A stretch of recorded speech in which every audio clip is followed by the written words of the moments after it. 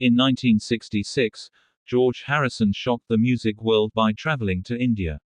Not for a concert, but to study sitar with master musician Ravi Shankar. He spent 6 weeks learning in secret, living as a student, not a superstar. This journey would change both Western rock and Harrison's life forever. In 1974, George Harrison made a bold move. He created Dark Horse Records, named after his favorite song. But this wasn't just another vanity label. Harrison used it to support artists other labels ignored.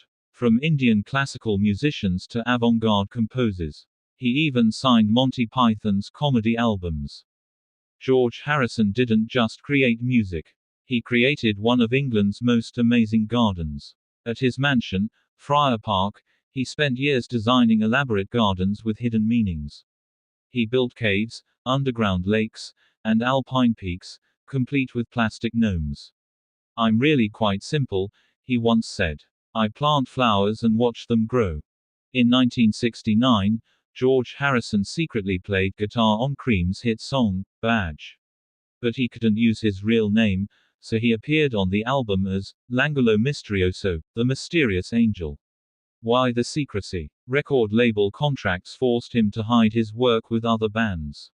The song reached number 18 on the charts, and few knew a Beatle was behind it. In 1970, George Harrison had his first solo number one hit with My Sweet Lord.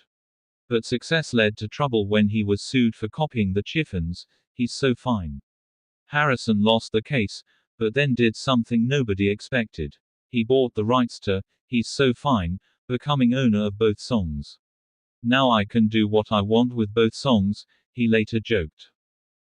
In 1988, George Harrison formed a band that was basically a rock and roll dream team.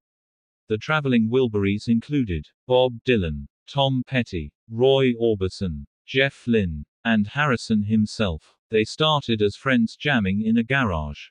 Harrison called it the best band I've been in since the Beatles. In 1971, George Harrison created the first major charity concert in rock history. When friend Ravi Shankar told him about the crisis in Bangladesh, Harrison acted.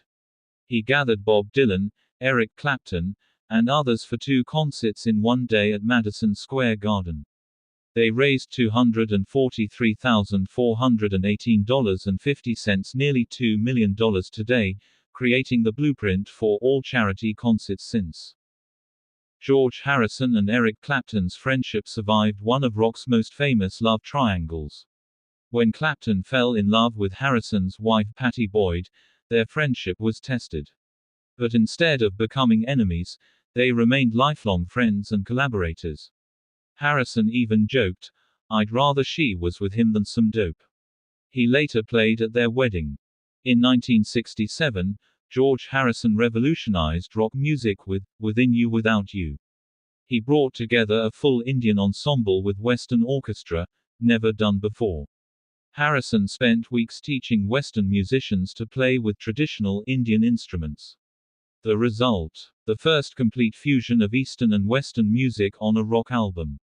He changed how the world heard music forever.